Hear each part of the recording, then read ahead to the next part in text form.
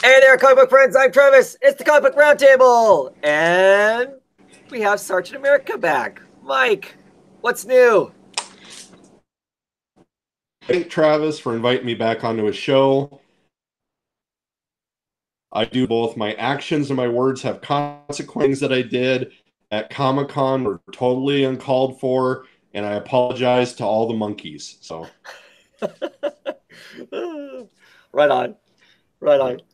Okay, so we're just gonna go down the usual run of books that that typically go through. Let's go talk some Marvel, we'll talk some DC, and we'll talk some independent books. And it might largely be me just talking a bunch. This yeah, wasn't a yeah. big week for Mike. No. Though I do have to say, I do have multiple issues of Deadpool. I could fill up maybe an hour's worth of Deadpool just discussing all the wonderful stuff I read. So. It'll be too bad when we have to go off the air for that too. So, Yeah. All right. Once again, I remind myself that my actions and my words have consequences. that's right. Be a responsible reader and reviewer. Yeah. All righty. So let's talk some Marvel. I think we actually got the same Marvel book this week, right? I believe we did. Yes, we West Coast did. Avengers. And this Yeah. same cover. I think there might have been two covers for this. So Right. So even though yeah, go ahead.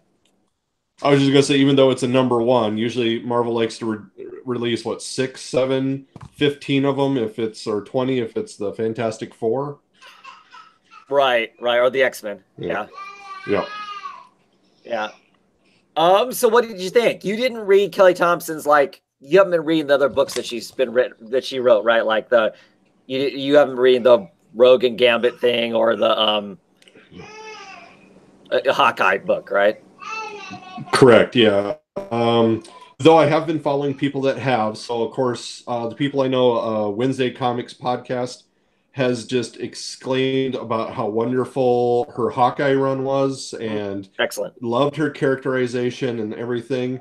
I did figure out that there was some things I missed, some of her friendships and that carried on to this book for those, this was easy jump on for brand new readers. The only thing that upset me is, of course, it says it's a number one. There's no legacy mentioned on this, and it's West Coast Avengers. They had a good run, so. Oh yeah, you're right. They should have, if they're gonna do the legacy thing, they should have put that number on there, right? So Yeah, I'm guessing that's dropped already. Yep. yeah, I guess I haven't been paying that close attention. I actually collected the original run of West Coast Avengers as it was coming out to date myself. Okay. Largely because there was a girl in it that was a cat, so I had no clue. Yes. I had no clue what that character was when I first started reading the book. So it was all an education to me as far as that stuff goes. But and Tigra has an appearance in this. Yes. Yeah. She gets to play the giant. She gets to play the giant, oversized lady, which is a classic. Which is a classic monster, right? Yes. Yeah. There were so many tropes in this that that was just the icing on the cake. Which I think that's what this is. This was a fun book. Mm-hmm. You read it for the fun. You read it for the silliness. And it's definitely there in Aces. So having Tigra there was just the icing on the cake. Yeah. Yeah. I don't know. I'm like the Wednesday guys. I really, really loved Hawkeye. And the Hawkeye book had incredible comedic timing in it, but it also had serious moments. So it wasn't like this, like you said, this issue is just like 100%, gag. It's 100%, everything about it's a joke, pretty much. Yeah. Between the characters, the fact that they've got a reality TV show filming them, so you get all the kind of outtake silliness of, trying to seem respectable as respectable superheroes, when clearly they're a bunch of youngins just kind of doing goofy stuff and whatnot. So I don't know if we're going to have any actual, do you know what I mean? Actual moments that make you go, about them as people. Because it's all, this is a sitcom, right? Yes. It just reads like a sitcom. Yeah. And that was the thing too. It fell into a lot of easy things. Being interviewed by the reality TV, which they said we're not sure if it's a movie, we're not sure if it's a documentary, we're not sure if it's a TV show. We're just filming you. I mean, I think we saw it like with New Mutants, or there's been a couple groups like that. Doc Samson do like a psychological interview of all the people, or there's the debriefing like Tony Stark does in the Initiative with a group that each person then you get a break on the side multiple times in other comics. The show I mentioned by the people that, I mean, this started the and not knowing what they're doing, and so then it ends up as this horrible, you know, Connecticut explosion. So, I love the book. I mean, for me, it's just it was a kind of a a fun book. I mean, it's just all about fun. I even liked Gwenpool, and there is nothing about that character that I should care for. But she's funnier than Deadpool is, because they just completely take her over the top. I mean, her superpower is she knows everything about everybody because everybody else is a comic book character. Yeah. I mean, she knows that she's in a comic book. I mean, she doesn't just break the fourth wall. I mean, her whole reality, is different and whatnot. So I don't even like that. I know that at the end of it, you get this, Brodock, which you weren't necessarily. I thought it was hilarious. See this beefcakey guy showing up with the extra big head, and I mean, it's clearly bad news, and that next issue it's going to be hilarious because I mean, at least I think so, just because because he's Brodock. So it's gonna somehow be connected to MODOK, which I don't know. Well, Gwen was great because she was in moderation, so it's just like Deadpool in an X-Force book. Right. You get a little bit of him in there. The Caselli art was definitely the reason why I picked it up. His work on the Initiative, Secret Warriors. I mean, those are the things I really liked. I love his style. And, I do like all the characters. I mean, her boyfriend, even Kate's boyfriend, was a good addition. He's like an absorbing man, so that whatever metal he's touching, he can be. Quentin, who sometimes I guess was a little too much for me, and the what is it? The Avengers School, Wolverine, and the X-Men. And then America Chavez, I haven't really read too much about, but I've liked her character. It is good. It was a good little team. And yeah, it's fun. And I guess Brodock was the only thing at the end that really kind of miffed me, because I thought Kate would have been more of a punch him in the face before he kissed her kind of girl. But well, I don't know if that doesn't happen next issue, but I'll stay on the book for a while just because I read lots of serious books. So having a book, if it's just going to be kind of a goofy book, I'll have some fun with it. Like I said, I like the characters, but clearly at this point, it doesn't really have. It's not hanging on like the this is a serious superhero group that we're supposed to think that they're going to be like, changing the world or any of that sort of stuff that you would get like out of, the first Avenger book that just came out not very long ago and whatnot. It was completely, completely different style of a book. Yeah. I'll flip through the second one to decide. Of course, this is a $5. I'm hoping they go back to $4 for the second issue. I believe so. I haven't actually looked, but I believe it goes, and we're not going to get like 3 issues in the first month like some of the books we're getting. So, yeah, I mean, just so much fun with the land sharks. Them hanging out. Of course, as we see in many a time, the interview process of multiple people. That was hilarious. Yeah. You're toast, man. No, I'm just bread boy. No. Or even the Spider King or King, just covered in spiders. Nope, not even going to go there. Nope. Next, yes, yes. Like I said, I thought it was a lot of fun. So, yeah. I'll be checking it out for a while. Kelly Thompson, she's a great writer. I probably should be reading the new I don't know what it's called now, the ongoing Rogue and Gambit book now that they're married. Doesn't there an ongoing book now? Mr. and Mrs. X. Yeah. See, I probably should be reading that because I really do like what Kelly Thompson has been writing. I just really hate Gambit, and I 100% do not ship those two characters. So Rogue with anybody else. Yeah. People that have heard that, have read it, they love it. It's evidently, of course, like you said, well written. It looks nice. And it's just been a really strong story. So cool. Alrighty. Well, that's it for Marvel books. Because, we're heavy Marvel readers. I don't know of any, I'm not aware of any like this week Marvel kind of news that I could think of.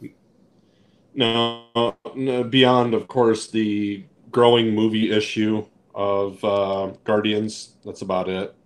Oh, right. That if they're not going to bring back the director, nobody wants to do that. I mean, the actors don't want to do it. Is that the latest? Yeah, and it's just the continued struggle on what are they contractually obligated to do, and if do you force somebody to do something they don't want to do? So right.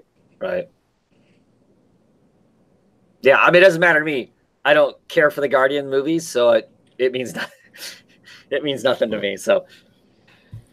Well, and I just last week saw the Infinity War. I still haven't seen it. I just saw it. Yeah. How was it? Yeah. It's on DVD. I enjoyed it. I mean, even though I knew all the spoilers and everything, it was still strong, still hit the right notes for me. Yeah. It looked great, of course. And also saw Deadpool 2 because as we're getting closer to my birthday, all the movies that get released, I instantly grab. And so Deadpool 2 was fun, but not as fun. So it was good. Yeah. I definitely am going to see the Infinity War. I just haven't gotten around to it yet, but I'm not avoiding watching it like I am Deadpool stuff. I don't. Yeah. No, thank you. So, alrighty. Going to move on to some DC books. I'd be happy to. What do you got? Let's see. Detective Comics. So this ends Hill's writing run on the book, establishes what's going to be the new Outsider book that's coming very soon. I will not be getting that Outsider book, even though The Outsiders is typically a book I would pick up. Normally, I'm not getting it. I'm not interested. I really didn't care a whole lot for this arc of the story. To some degree, like I said, it feels like I've said the last two issues, it kind of rehashes the storyline of when Detective Comics first started off from Rebirth. Batman's getting some other mentor to mentor the youngins. It's more of that. It was very base and very simplistic. It felt to me like the story in this. Like I said, it kind of sets up what's going to be the Outsiders, which is Black Lightning, Katana, Signal, and Orphan. I think are the people that are listed for it. So, and I don't dislike any of those characters. I just think it's very uninteresting.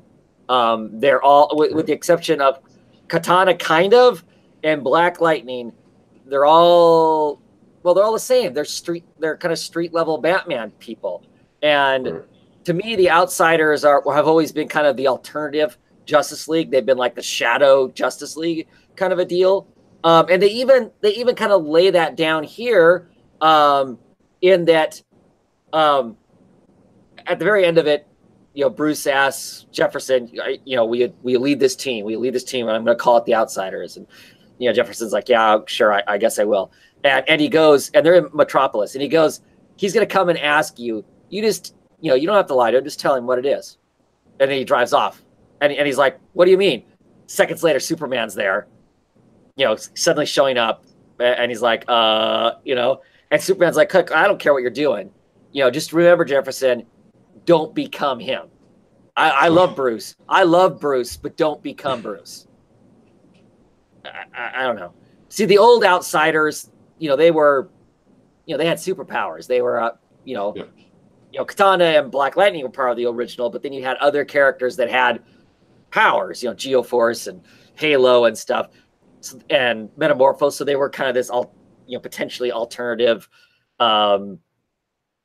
group. And so I don't know, I didn't care for this. I didn't really like the way it was written. The characterization of most of the characters was not great. I didn't feel like it was off from what we typically would see. And I'm not meaning that in the sense that, oh, he's writing them in some different direction to do something different with them, like potentially Tom King is or whatever. They just didn't feel right.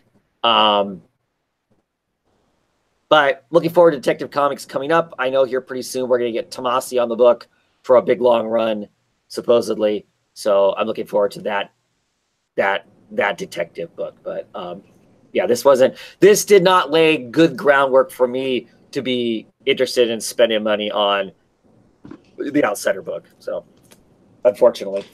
No, they're not going to be just Gotham based, though, do you think? No, they're world based. Explicitly, at one point, they flip on the computer that shows the holographic picture of the Earth with all these red lights all over it, and he's like, "Oh, these are all the places all this stuff is happening that somebody needs to go after." Okay, right. Why is the Justice League going after all those things? I have no idea. When they've got people who move at the speed of light, but. Yeah. Wasn't that part of the take too? Is the Outsiders did things a little rougher than the Justice League, things they wouldn't do? Right. They would break laws. They would go into countries that they're not supposed to. Because there's some United Nation laws that to some degree govern what the Justice League does or doesn't do. I mean, they write stories about them breaking it all the time, but there is, they would send the Outsiders into Kandahar, for instance, and of course. Yeah. Nobody's supposed to go in there. That's Black Lightning's place, and no one's supposed to go in that country. They would send people in there, that kind of a thing. So, and did Nightwing, was he part of the Outsiders there for leader? Yes, in the 90s there was an Outsiders. It was just called Outsiders, not Batman Outsiders. Outsiders, and it was a bunch of younger characters. So it had Nightwing was the leader of it. It had Jade. From Earth 2, Green Lantern's daughter, and it had I think who else all had it had Thunder and Lightning. No, it just had Thunder, Black Lightning's daughter. It had Grace Cho, who was an Amazon from the other group of the Amazons. Yeah, it had some interesting people in it. That was kind of a cool version of the comic too. Because I think I got a trade of that real cheap. That was really nice. Where they were fighting Mala in the Brain. Yes. Right. Yeah, and I love those villains. Those are awesome villains. All right. So yeah. Speaking of Justice League type things, I read issue 2 of Justice League Dark. I like the comic. I love all these characters. The art in it was lots of fun. It's so the implication is that there were other things that magic comes from someplace else and humans stole it, and now whatever that is coming back to take it back.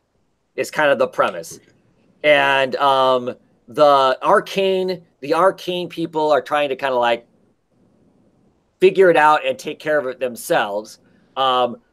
Wonder Woman, who they don't consider Wonder Woman part of the arcane group. I mean, she's somebody who walks in the light. She's not somebody who walks in the dark. She's caught in a hint of this bad stuff that's happening, and she wants to help take care of it because she's mythological in a sense, so she has a connection to it, even though she does not operate in the arcane magics. And they don't really want her involved to start out with in it, but she keeps kind of pushing at it, and this stuff is all happening. The rest of the Justice League has kind of put her in charge of, okay, you deal with the stuff that goes bump in the night, kind of a thing. They have decided, some of the arcane people, Zatanna and Swamp Thing, for instance, have decided that they need to tell Wonder Woman because this is so bad that they have to kind of like go talk to the Mundies, basically. I mean, they are bothered by talking to her about this because they feel like they should be able to take care of themselves because it doesn't involve her. We don't involve superheroes in our work, kind of thing, but they're breaking down and doing that. So I kind of like that kind of tug and pull between that. There's, Diana has some frustration over the fact that not being forthcoming. She just wants to help them, and they're not being forthcoming, and it's frustrating the daylights out of her. So they go, Curse, clearly if you got these kind of problems, you go to somebody who would have all the answers. You go to Dr. Fate. So they go to the Tower of Wisdom. They go in. They're going to talk to Fate, and we find out by the end of the issue that Naboo has taken over. Nelson's not there at all. His body's there, but forget it. And Naboo is flushing the toilet. He wants the whole thing wrecked so he can bring back perfect order. And he thinks it's gross and stinky that they've kind of hooked up with the chimp and Langstrom. Langstrom's with them too, and he's not magic at all. Ooh. And so he's like, so magical violence starts to ensue. I liked him. It's not super deep, but I'm enjoying it. And I love all these characters. So just seeing them romp around in decent art and whatnot was a lot of fun. So now in Rebirth, they went back to the original, one of the original Dr. Fates. They just did away with the young student from Egypt. He's actually in here. He's actually in the book. He's locked away in the tower. He's actually a vase. And at one point, he starts to break loose, and he starts to go, "It's Naboo, it's Naboo." And about the time he starts to tell Langstrom and Bobo that that's what's happening, he then gets warped back into being a vase again. Naboo's turned him into a vase. So he is there. I don't know what the actual connection is between them. I don't know how they've altered that, because clearly they've moved back to, to Nelson being the being Dr. Fate. He's kind of the original. Has been the one that's been the Fate the longest. So I don't know exactly what the story is there, because I didn't finish out that Dr. Fate series to know how maybe that all played out. But he is there. He is there in the book. They do actually use the character. He's locked away in the tower. And that was kind of an interesting part, kind of a little interesting, him peeling out, and I'm like, oh my gosh, it's that guy, kind of thing, and whatnot. And Constantine shows up and basically scolds Swamp Thing, because Swamp Thing is kind of doing a swan song. He's tired. Humans are gross and stinky and icky, and he kind of just thinking it might be really easy to finish this one thing so he can go and plant himself in the Tree of Parliaments and let the next Swamp Thing take over, and let Earth kind of overheat and kill off everything it needs to kill off so the plants can come back or whatever. It's kind of where he's at. I mean, he's not out to destroy humanity, but he's just done. And Constantine scolds him about the fact that it's just kind of BS. The Swamp Thing that he knew, the Alex that he knew, Holland he knew, would not let this ride this way. So I actually liked how they used Constantine in this issue. It was a much better version of him. Like I said, the art in it is really good. I really, it had lots of great atmosphere and, the kind of magical shots and whatnot that, the kind of stuff that I like and find intriguing and stuff. They, walk around in the tower, and the tower is very much a MC Escher kind of thing. I like this kind of new version of Swamp Thing where it almost looks like he's got a big old, beard kind of a thing. I don't know. My bias, obviously. But yeah, here's this pot, and there's this guy walking around the pot. He's like, Langstrom's like, oh, that's weird. There's this like the guy following me around this pot. And after he drops the pot, it breaks, and he reappears, and he starts to say something, and his mouth molds over, and then he reconstructs into the pot again, into the vase again. So yeah, I don't know. That's good. And there's a creepy thing at the very end of it that looks like it's going to eat them all, and I have no idea what it is. So I'll be curious about that. So I'm intrigued. That's with the relaunch of Rebirth. It's always difficult now to figure out how the continuity ties together, and I know they also do that to give themselves some freedom to break away from continuity. Right. So. Yeah. No, I was okay with the treatment there. I mean, at least they had the kid exists. It's like he never happened kind of a thing and whatnot. So, yeah. I have 2 more books. You want to talk about the one book we both got? Oh, yeah. So, Mother Panic, issue 6 of the Gotham AD. The end of it. Oh. Yes. And it felt like it. You could tell it was a major wrap up. When I went through this, there was a lot of it that was just like, oh, and here's this, and here is this, and here are these answers, and here are these characters that you want to know. Mm-hmm. So yeah, it just felt very short. You could tell there was so much more. Like when she has her flashback and she mentions that's part of the programming. So we'd Yeah, always question what those pictures were. right. They Now finally we know tell it's us. just, but then they don't. I mean, it's the programming. What do you mean about the programming? Never mind. Fill in the story yourself. Right, right. Well, I mean, I guess to some degree, I was happy to at least get that answer, Yeah. because it does at least leave us a, because we always wondered, this one, it's got a fork stabbing a fish, it's got a woman with a slit throat, and you're like, okay, what are those elements? Well, those are their the artistic representation of the flashes that she's getting as she's struggling with, with the programming that was done and whatnot. So I find that intriguing. I love that idea. I Yeah. wish we could you know more. So yeah, That's, I guess, my excuse. right, right, and you're right. It wraps up a lot of stuff, to some degree, enough that they could end the book, but end it in a place where they could do something else with it if they chose to or whatever. Yeah. I mean, When go I ahead. was just gonna say, when she sprays whatever chemical, do you think is that supposed to be like fear toxin from? Because he mentions use the weapon of our enemy, so I couldn't figure out if that's Scarecrow or like Joker juice. Yeah, I'm not sure, or if it was just the fact it's guns. Is Yeah, it guns? I thought it was goo because it lands on well, right, his but chest.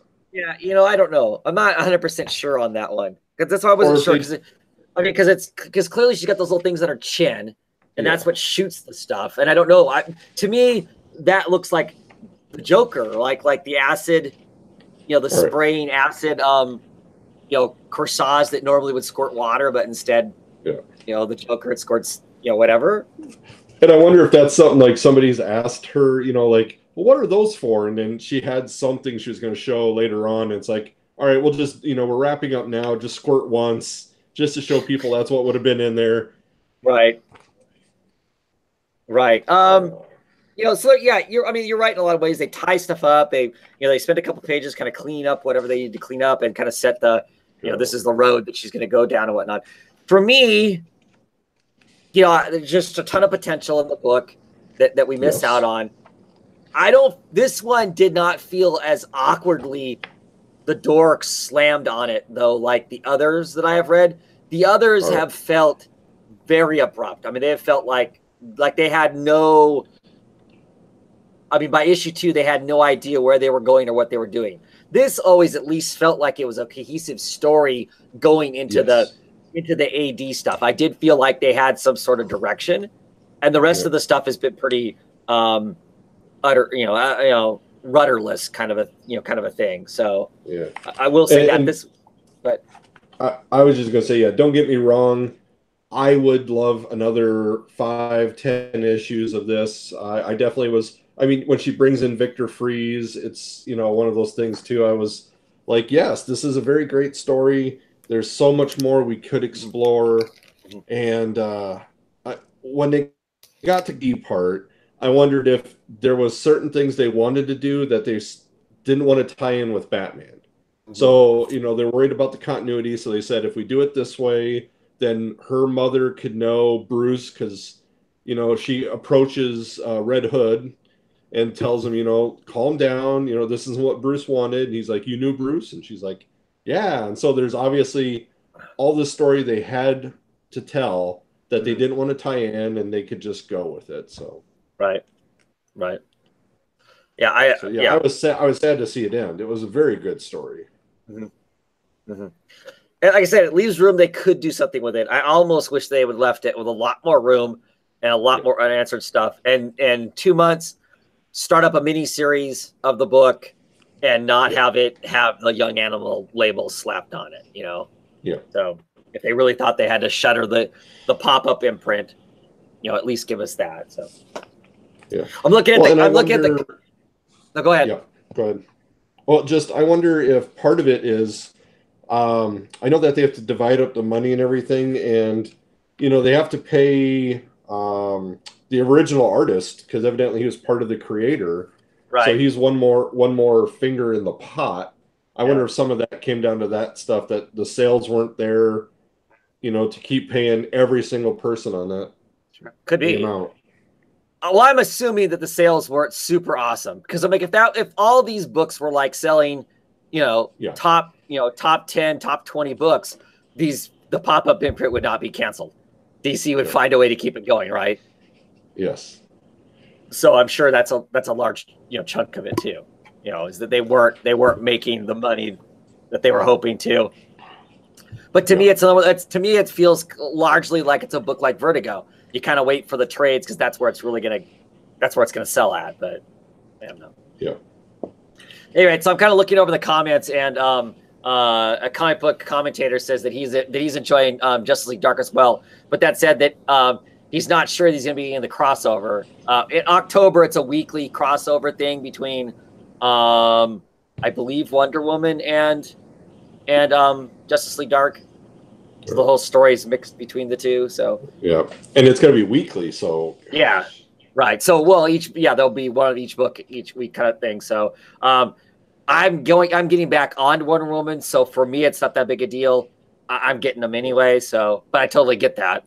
Because when it happens with books that I'm not getting, that's pretty frustrating. So yes, I think it's a shame that this early in the Justice League Dark, they're already crossing it over with something. To me, seems kind of a bummer. Unless they're thinking that, and I don't know what the audience is for Wonder Woman, unless they're thinking that all those Wonder Woman readers maybe don't realize there's this other Wonder Woman book out there that they could get in on. So doing the crossover, then would get introduce that book to people. But I don't know. So. The only other DC book I picked up was Raven, Daughter Darkness. This is number 7. This is the beginning of kind of a new arc, using some characters that have been introduced in the first 6 issues for this. They're kind of backhandedly getting together a new Night Force, which is a Marv Wolfman book from back in the, I want to say, late 70s, maybe early 80s. And it's all these young magic characters. So clearly the main character they hit up is Raven. She kind of halfway turns them down. They show in this them talking to Tracy 13. She says no, and then they talk to an air elemental character. I can't remember what her name is. I don't think I know that character. At the very end of it, that they think that they've talked into doing it. Let's see, what was her name?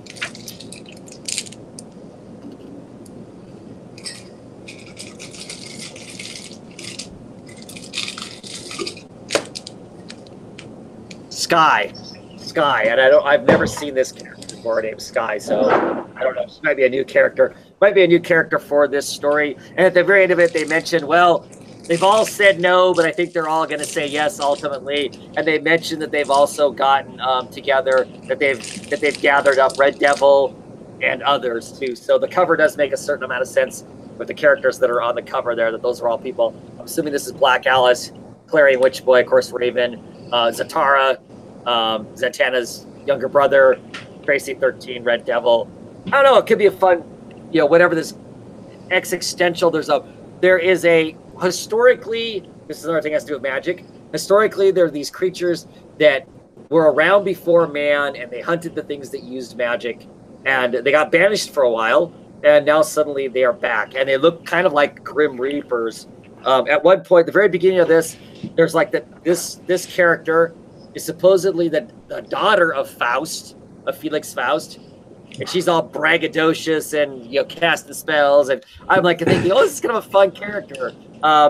And she escapes this bank heist, and all of a sudden this Grim Reaperish type character rides up and beheads her. I mean, literally takes her head off. So like, okay, well that character was fun for 2 pages, but it could be fun. I'm looking forward to seeing this. I've been enjoying the Raven book. It hasn't been mind shattering or anything, but it's been a fun read. So. In the Mystic U, was it the son of Felix Faust then that we were introduced to? Yeah, and that's a character that they've had the son of Felix Faust around for a while. He's kind of been kicking around. Right. I've never seen a daughter of though. All right. kind of a thing, but I don't know. It was entertaining. So, yeah. Oh, so that crossover thing. That's right. There's actually a mini series to go along with the crossover. So the comic book commentator is saying that it's Justice League Dark and Wonder Woman #1, Wonder Woman 54, Justice League Dark #4, Wonder Woman 55, Wonder Woman and Justice League Dark #1. Kind of like the crossover there was with the Milk Wars, where it was Justice League and the Doom Patrol, and then it was Doom Patrol and Justice League kind of thing. So, yeah. So. Well, I hope it was as good as that first issue of the Milk War, because I really did like that one. Yeah. Oh, yeah. That was some good stuff. So, I don't know about DC kind of news. I'm reading the comments that a commentator is saying. He's saying that regarding DC news, did I see the DC solicits for November and the surprise title that's coming back? No, because to tell you the truth, I don't look at the solicits as they're coming out as a general rule. Largely just because I know the books I'm going to pick up. So I don't read the solicitations for them. I just get the books that I'm going to get. Oh, yeah, Doom Patrol #12. Yeah, I'll believe it when I see it. Yeah, I, too, do not watch the, or I do not read the solicits, but, of course, I do watch Long Box's previews, so... Right. Get a good sense of what's coming. So yeah, I mean, I'll be getting the Doom Patrol if or when it comes out, but I just don't. Yeah. I don't see Doom Patrol not #12. Bank on it. Right, yeah. Right, and supposedly they're still writing it, and there's supposedly somebody still drawing it, and they're working on the next arc already, supposedly, but new artist. They got Nick Darrigan off doing other stuff, probably because he needed a paycheck. So. Yeah, and I was gonna say, do you think we'll see more of a push now because of the TV show coming out on the DC Access? I don't know. They canceled sometime in the next couple years. Yeah, they canceled the Batwoman comic book, and Batwoman's going to get her own TV show. So you tell me, Mike, how does that work? Well, they'll bring her back, I'm sure. So you think she'll guest appear on other people's comics, I guess. Well, yeah, well, sure. That's the nice thing about the DC universe, right? You can put those characters in their places, and that'd be fine. Yeah, I'm just saying that I don't know that that's got anything to do with it. I did see today. Was it today or yesterday? I saw stills from the live action filming of Doom Patrol. So it's a real thing. I don't know if we'll actually see it, but I did see pictures. Yeah, I saw the guy who was dressed up as Cliff, the robot man. Right. I saw pictures of Negative Man and Jane. Yep. So and Rita. They had Rita there too. Yeah, I don't know. That's all just wild to me. Like I said, I'll have to buy the stupid DC Universe thing when that actually happens, because I just can't wrap my brain around a live action Doom Patrol show. So yeah. Other news? I'm trying to think. Not that I know of. No. Yeah, I can't think of anything this week that's cropped up that was of any serious note. So I'll talk a little bit of indie comics. All right. What do I want to talk first? Well, I'll talk about this one. So this is the end of Royal City. It ended okay. It didn't end with a perfect world, but awfully close to a perfect world for these people. Whatever. I don't know how real life that is or not, but it was an enjoyable story. At the end of this, there's a write-up by Jeff Lemire basically talking about why this book ended the way it was. It wasn't his original plan. His original plan, if you started this book from the beginning, this is going to be this long adventure through all of these people's lives. And that's just not where the story took him. And it's his own book, and he can kind of drive it where he wants to. And that was the case. That maybe he can't, he kind of commented the fact that maybe he can't do, what he did with Sweet Tooth, where he took it 40 some, issues. He's too old for that now. He's got too many stories he wants to write, and doesn't want to, push something that far or not. I don't know. I did enjoy this book largely throughout most of it and whatnot. It was a good read for what it was. Write and draw, right? He does the art too. Yeah. Right.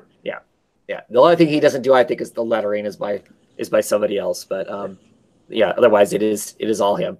It's all watercolor. You know, he inks a little bit and then watercolors. But no, it was enjoyable. Enjoyable.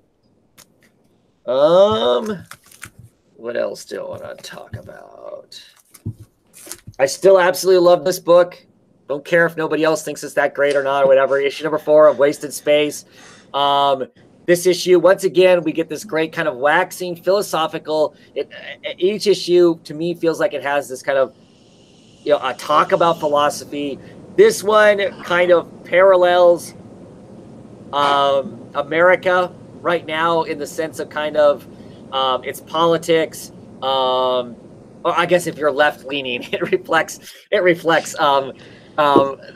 America currently, and just kind of the general attitude right now of like comics, if nothing else, comics, Twitter, and I think in general the outrage over stuff and the generally shitty human beings being shitty for no reason other than to be shitty kind of thing, because somebody else might have something or whatever. There's a lot of really, I thought was great stuff in this amongst the story. The art, I think, is fabulous, and it's just a fun book. As our main character, who is kind of terrorized by God through all the way through this, the voice of God, which is this robot guy that talks to him all the time. He's finally breaking down and decided that he has to save the universe, but he's going against God's word to save the universe because there's this guy called Yam who is basically the president of the universe, president of the galaxy, and he is just destroying everything that's good in the world. And so they decide they're gonna have to stop him and whatnot. But I don't know. I think the book is a lot of fun. Has some smart things to say amongst the kind of goofiness that is. You know, it's got a big blue sex robot that's also the perfect killing machine. Through this entire episode, he is naked and he has a little happy face that covers the important parts that need to be covered. But I don't know. It's a fun book. I don't know that I've ever seen in Vault before. Do you read a lot of Vault comics? I read the first issue of Deep Roots, and I wish I had ordered more of it, and now I'm having problems getting it.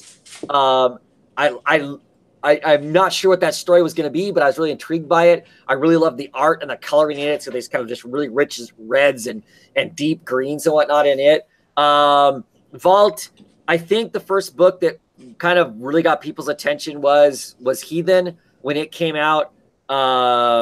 You know, which is a Viking warrior outcast, you know, kind of a female character who goes on this like journey to end the oppression of Odin. I have not read that, but that's the first stuff that I heard people talking about.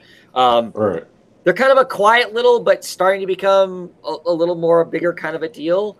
And good quality paper and all that too. I mean, yes. They've already gone to that more flatter kind of non-shine. I mean, it shines to some degree, but not like not like the high gloss. They'd already gone to that. Covers don't melt in your hands. Yeah. You know, and you know, this is a stylized kind of an art. I like it though. This kind of rough squared ink, and kind of a wash of colors, but that's not all the books are like this, but with this style this book is, and I like it for this kind of space, in space, Philip K. Dickian goofiness and whatnot that goes on. I really like it. They've kind of hit the ground running and have been pretty successful. A lot of their books are selling out for whatever that means. They don't do huge print runs, but pretty healthy print runs. They're running print runs of 10,000 books and they're selling out. So they're doing like triple reprints on like this book to get enough books out there for, everybody to have a copy of it if they want a copy. So, I just think they're just trying to make good comics, and I think they do. I mean, they've got, marginally named people on some of the books, and I think they're getting more books coming up that are, and stuff. All right. Yeah, I've not heard of that before. All right. Yeah. So they're a company now that when I'm ordering my books, I go and look and see what their solicitations are, just to see what else is out there, because they've put out some, some good stuff. So. And Steve Puff, 1983 is saying he was watching Fangirls Assemble, and they were talking about heathens. I know, but that's the first book I heard people talking about, and I missed it completely when it came out. It's in trade. I'm hoping to pick it up in trade, and I don't say in trade as the inside of I'm not going to pick it up, but I actually intend to get it because I've heard really good stuff about it, that it looks really good and it's really interesting and stuff. So, so yeah. Beast of Burden is back. This is a 1 of 4, I think. Evan Dorkin is the guy who writes the book. He does the Milk and Cheese and some other really kind of goofy books too. But this is a serious book. This has Benjamin Dewey doing the artwork on it, which is new. I believe that Lily Thompson has always done the artwork in the past, kind of a watercolor sort of a thing. It is a horror story. This is entitled Wise Dogs and Eldritch Men. And it's basically these dogs who live on Burden Hill. That's why it's called Burden, because they actually live in Burden Hill areas, the area that they roam around. And they are fighting witchcraft, evil stuff, encroachments of man thing was not meant to know. So they're dealing in the occult all the time and whatnot. And they, like a lot of Dark Horse stuff, these are written in miniseries. They all do kind of link together, but you don't have to have read all of that to be able to read this and understand what's going on in it. It's just if you've read the other stuff, it enriches the entire story, kind of a deal. So it's the same way like the Hellboy and Hellboy and the BPRD 1950, whatever. You don't have to read them all, but the more of them you read, the more it fills in the world, kind of a deal. So I just really enjoy it. It's just kind of intriguing, and I'm not a dog person. I'm not even a talking animal kind of a person, really. But I enjoy this book. It's just a lot of fun, and it always has horrible, creepy stuff happen. So do the dogs only talk to themselves, or do they talk to I've never seen a human. Okay. They exist, but I don't remember ever seeing one in the book. I mean, because they have owners. They have owners. They just go about their business like dogs do. These dogs run around or whatever, or they have to figure out how to get the beagle that has the sixth sense that can see dead things. They have to figure out how to get the beagle out of the locked house so they can use him to do stuff, but you never see the humans. The humans are, I don't even think the humans are even Charlie Brown voices of the adults. I don't even think they even go that far with them in it, but yeah, it's fun. So I'm excited to have it back. And I hear there's even another one after this, and Benjamin Dewey's going to be doing it too. So they've got plans. It in the past has always been a really slow release. I mean, there might be, I don't know, maybe this issue tells me how many issues there have actually been. And I had that issue with Joe Occult that I don't even know if I got the last issue of it because of how spaced out those came. I never knew when they were coming, and all of a sudden I'd see it on the shelf. Yeah. This doesn't say, so it's not tying it like they typically, a lot of the Dark Horse stuff on the inside will tell you how many issues it is. But yeah, so I mean, they got plans. They got plans for the next one. So I would assume that means the next one is coming sooner than later. So I kind of wish somebody else was coloring the book, though. I like Benjamin Dewey's art style. Here the dogs are. They're fighting a salamander. This actual magical salamander is roaming through and lighting the place on fire. And they find out it's because the salamander's actually been caught in a bear trap that's got magical sigils on it, so it's trapped this thing, and it's lighting the place on fire. And there's this great schnauzer that can do all kinds of magical type stuff and whatnot. But his coloring's okay. But I've seen Benjamin Dewey stuff colored by Jody Blair, for instance, on the Tooth and Claw, and of course then it's just of course Jody is Eisner winning colorist, and so the coloring is outstanding.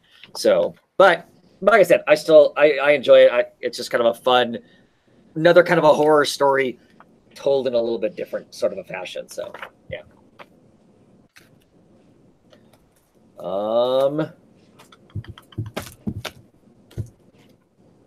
Black Hammer, Age of Doom, issue number 4. This continues to just be an outstanding book.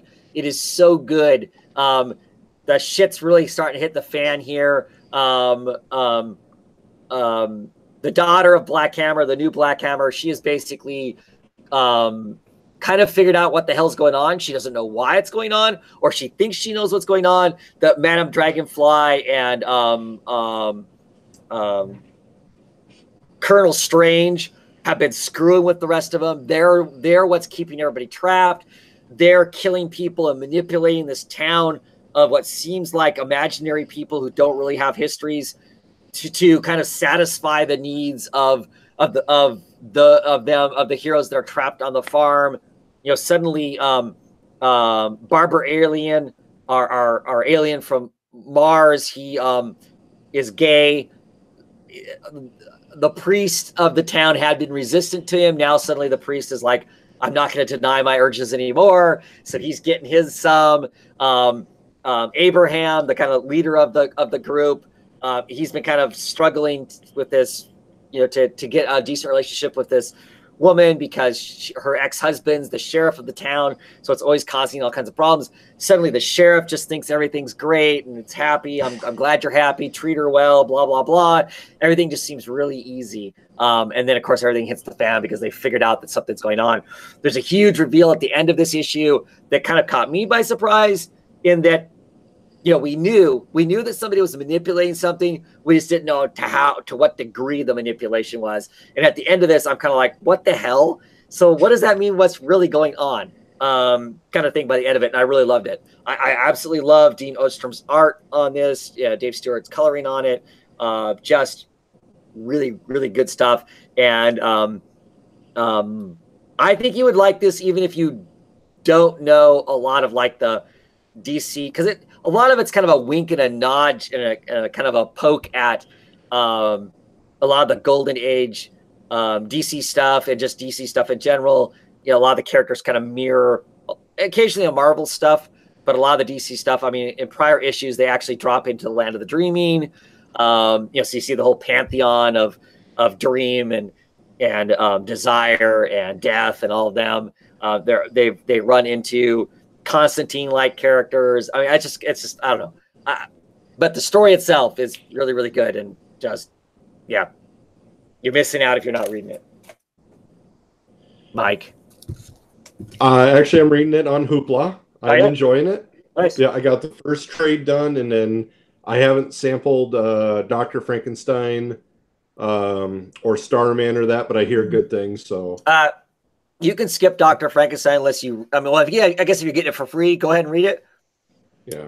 But Starman, I heard... It's missable. The Starman one is excellent. I mean, like, yeah, you don't even have to have read the Black Hammer stuff. You could read that as its own thing, and it is very, very good. It is very emotional and a very, very good book. The other one, the other spinoff that's right now, I can't remember the name of it. It's interesting. I'm not sure 100% what I think of it, but it's interesting. Whereas I didn't think anything about the Sherlock Frankenstein one. I didn't think anything about that was interesting. So, yeah. Boy, I don't even know where to go with Days of Hate. This is issue number 7. Issue number 6 was just an excellent issue. Not necessarily for the subject matter, the greater subject matter that this book is about, but just some a very interesting story and introspection on falling in love and being in love with somebody was a really good issue. This issue just kind of it's just a WTF all the way through it. It's just like, what? Like weeks have passed since the last issue. So the timeline has advanced of them trying to find these terrorists, which I shouldn't do the finger quotes because they are terrorists. I mean, they are blowing people up in the United States, but the people they're blowing up are like white supremacists and whatnot. But the Homeland Security doesn't seem too concerned about the white supremacists. They're more concerned with the terrorists, kind of a deal, because the head of Homeland Security is completely diabolical. There's some relationships that happen in this that I'm like, I don't understand how that's happening and why it's happening. I'm just completely baffled by the book. It is very intriguing. It is very dark. It is super depressing, just because the state of things are just so ugly. But I can't wait to see how this all plays out at the end of it. It's just, and the wonderful, dark, super heavy inked, which I know is not for everybody, but I like it for a lot of storytelling. I would not want to read my superhero comics this way. But this just kind of deep, heavy, dark, heavy inking by I don't know. I begin to know how to say the guy's name. Zagel. And then of course Jody Belair colors. It just it works so well for this kind of a dark and gritty kind of a book and whatnot. So I don't know. I'm liking it a lot, but it's complicated to talk about because you can't talk about it without completely spoiling it, and without talking about the whole book each time you want to talk about what happens in a single issue, because it's all kind of so deeply and tightly woven together. But yeah, Cold Spot issue number 1, image book by Cullen Bunn, Mark Torres on art. I usually try to give most of Cullen Bunn's books a try, especially the independent stuff, because I'm always kind of curious to see what all he's got going on. He is really settling into horror books. I think that is kind of his thing that he likes to write. So we see a lot of those. This first issue was okay setup wise. So it's got some people seeing some ghosts, and the kind of supposed if a ghost passes over, the temperature drops, the cold thing. In this, at one point, it takes it to the extreme. It actually freezes a person's completely through, to the point they're falling apart like ice, kind of a thing. So, and there's some missing person stuff going on in it. So I'm not sure exactly how it's all going to play out.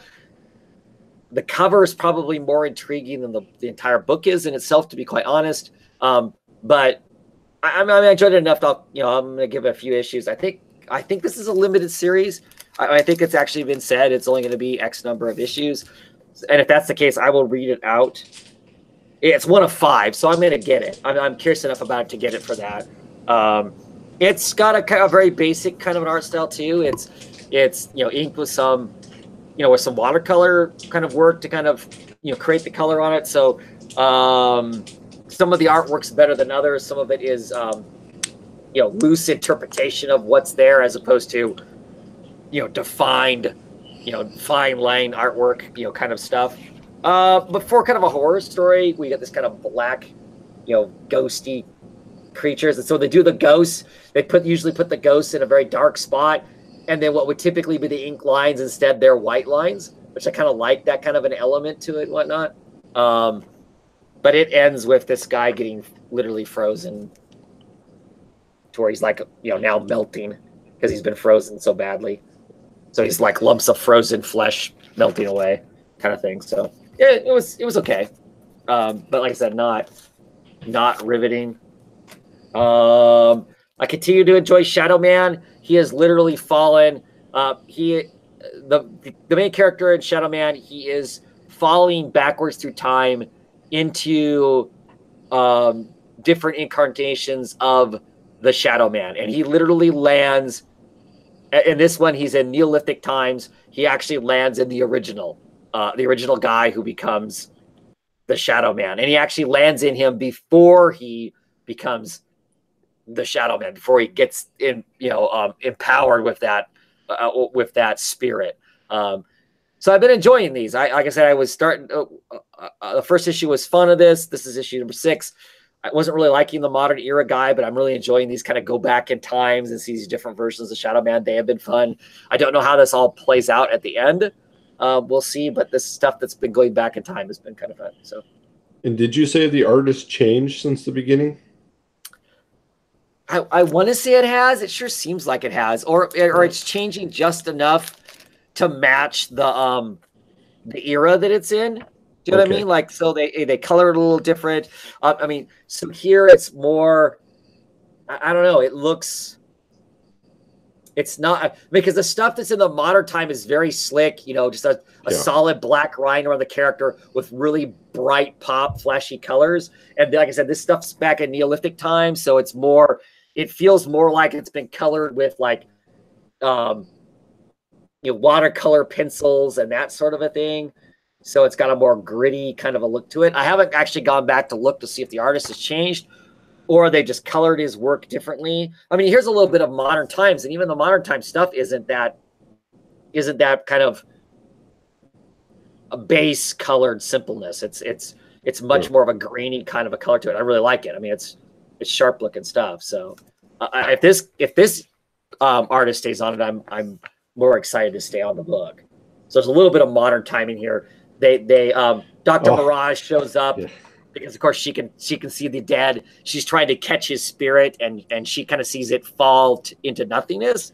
So now they're at his funeral and his minder, she's like going, you can't like burn the guy. You can't throw his body away. Let me have it because I don't think he's dead yet. And they're like, I really think he's dead. So she brings in Dr. Mirage to try and catch his spirit, and she kind of catches it falling into nothing. And she's like, oh, I don't know, lady. I think he's really gone.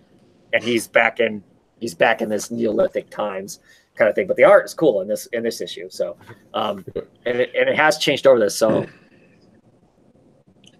earlier this year I just read the 2 trades of Dr. Mirage and I really love it. I recommend by me. Yeah, cool. I like what I've seen of the character. I like the character, but I've only seen her bits and pieces in like in the Shadow Man stuff because I haven't really read a lot of the Valiant stuff. Yeah. So if you can get the trades or read the issues or whatever, I recommend it. It was like you said, it's a sharp art and then a very good telling of traveling to the dead realms because she does that too. Oh, cool. I didn't realize that. Her power set, she works with the spirit of her dead husband. So it's been really good to see that. Oh, yeah. Oh, cool. I'll have to check that out because that sounds like that'd be fun. The other Valiant book I picked up is Britannia, the Lost Eagles of Rome. This is issue number 2. It continues to be what it is. I enjoy this book because I like the first Detector. Him kind of operating in this kind of world that's still based on superstitions and myth and that sort of stuff, and him trying to look at the reality of it versus people's crazy schemes or that sort of stuff. So I like that. There's some potential friction romance between him and the female gladiator that's with him. That's I don't know. That's pretty a standard affair. For what it is, but I'm still kind of enjoying this. I'm intrigued by the kind of the stuff that's going on in Rome with Nero and how crazy he is and the decisions that he makes. And the Detectioner is working for him, but Nero can't seem to keep out of his business long enough for him to successfully do what he needs to do. Kind of a thing. But I find that all fun and interesting. So it continues to be these kind of 4-issue little miniseries and then a big break, and then we get another one every so often. Has been enjoyable. And by far the tamest, most straightforward Peter Milligan work that there ever is, I think. It's so, I mean, the books he's written on like Batman and whatnot are more out there than this is. This just seems so very straightforward, kind of a thing. And especially for the kind of stuff that Peter Milligan is, known for with like the Enigma stuff and the Shade the Changing Man and that sort of thing. So this is pretty tame stuff for him. And that's my books. That's my books this week. And I'm not aware of any independent kind of news. I don't think I think of. No, nothing I can think of. Yeah. Anything else we want to talk about? No. Good to be back and chat some comics sleep at night. So yeah, definitely. Well, hopefully you can be back more often. Maybe we'll talk some books. Anyway, thanks for coming on. Thank you for those of you in the comments. Always appreciated. And anybody who watches this after fact in comments, very much appreciated. Also, I'm way behind on replying to people's comments, but I will get to you. I promise. I'll get to you at some point. At any rate, have a great night, everybody. And until next time, have a good one.